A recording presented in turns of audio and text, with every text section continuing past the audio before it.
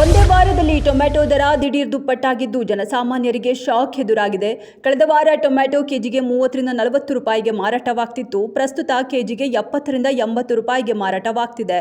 ಮುಂದಿನ ದಿನಗಳಲ್ಲಿ ಟೊಮೆಟೊ ದರ ಕೆಜಿಗೆ 150 ಏರಿಕೆಯಾಗೋ ಸಾಧ್ಯತೆ.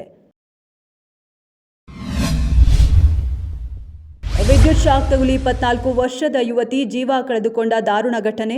ಭಯಾನಕ ದೃಶ್ಯ ಸಿಸಿ ಕ್ಯಾಮೆರಾದಲ್ಲಿ ಸೆರೆಯಾಗಿದೆ.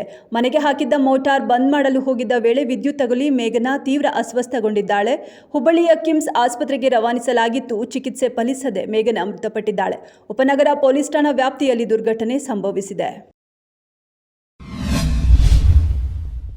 ಟೀಂ ಇಂಡಿಯಾದ ಮಾಜಿ ಕ್ರಿಕೆಟಿಗ ಚೇತೇಶ್ವರ ಪೂಜಾರ ಅವರ ಭಾವ ಅಜಿತ್ ಪವಾರ್ ಆತ್ಮಹತ್ಯೆ ಮಾಡಿಕೊಂಡಿದ್ದಾರೆ.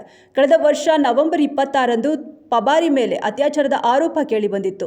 ನಿಖರವಾಗಿ 1 ವರ್ಷದ ನಂತರ ಅಜಿತ್ ಪವಾರ್ ಆತ್ಮಹತ್ಯೆ ಮಾಡಿಕೊಂಡಿದ್ದಾರೆ. ನಿಶ್ಚಿತಾರ್ಥ ಮಾಡಿಕೊಂಡಿದ್ದ ಮಹಿಳೆ ನನ್ನ ಮೇಲೆ ಹಲವು ಬಾರಿ ಅತ್ಯಾಚಾರ ಎಸಗಿದ್ದಾರೆ ಎಂದು ಆರೋಪಿಸಿದ್ರು. ಇದರಿಂದ ಖಿನ್ನತೆಗೆ ಒಳಗಾಗಿದ್ದ ಪವಾರ್ ಆತ್ಮಹತ್ಯೆ ಮಾಡಿಕೊಂಡಿದ್ದಾರೆ.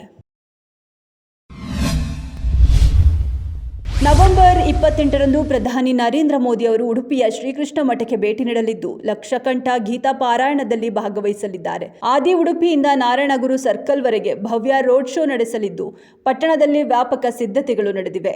ರೋಡ್ ಶೋ ಮಾರ್ಗದಲ್ಲಿ ವಿಶೇಷ ಅಲಂಕಾರ, ಭದ್ರತಾ ವ್ಯವಸ್ಥೆ ಮಾಡಲಾಗಿದೆ. ಮೋದಿ ಭಗವದ್ಗೀತೆಯ 10 ಶ್ಲೋಕಗಳನ್ನು ಪಠಿಸಲಿದ್ದಾರೆ.